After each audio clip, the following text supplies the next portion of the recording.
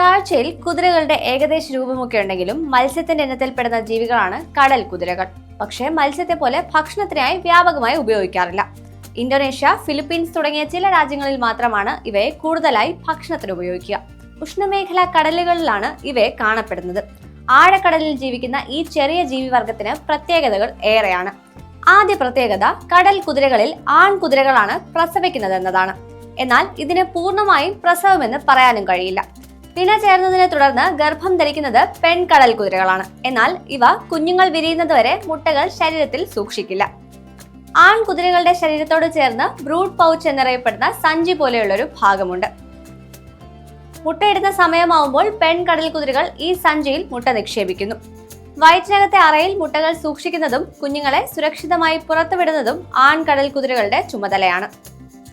അതിനാലാണ് ഇവയെ പ്രസവിക്കുന്ന അച്ഛന്മാരെന്ന് പറയുന്നത്. പ്രജനനകാലമായതിനാൽ പെൺകടൽ കുതിരകൾ ഏകദേശം 1500-നടുത്ത് മുട്ടകളാണ് ആൺകടൽ കുതിരയുടെ വയറിനകത്ത് നിക്ഷേപിക്കുക. 9 മുതൽ 45 ദിവസം വരെയാണ് മുട്ടകൾ വിരിയാനുള്ള കാലാവധി. 40 ദിവസത്തിനു ശേഷം എപ്പോൾ വേണമെങ്കിലും കുഞ്ഞുങ്ങൾ മുട്ട വിരിഞ്ഞ് പുറത്തെത്താം. പ്രസവത്തെ തുടർന്ന് കുഞ്ഞുങ്ങൾ കടലിന്റെ മാസ്മരിക ലോകത്തേക്ക് എത്തും. പിന്നീടുള്ള സംരക്ഷണത്തിൽ ആൺകടൽ കുതിരകൾക്ക് യാതൊരു പങ്കുമില്ല. കടൽ കുതിരകൾ മക്കളെ വളർത്താറില്ല എന്നതാണ് വസ്തുത. ആൺകടൽ കുതിരയുടെ വയറ്റിൽ നിന്ന് പുറത്തായാൽ കുട്ടികൾ തീർത്തും സ്വതന്ത്രരാണ്. തൊട്ടടുത്ത നിമിഷം മുതൽ തീറ്റ തേടാനും സ്വന്തം കാര്യം നോക്കാനും അവ പ്രാപ്തമായിരിക്കും. ഒറ്റ പ്രസവത്തിൽ 1500-ലേറെ കുഞ്ഞുങ്ങളുണ്ട്. എന്നിരുന്നാലും ഇവയെല്ലാം ജീവനോടെ കാണുകയുമില്ല.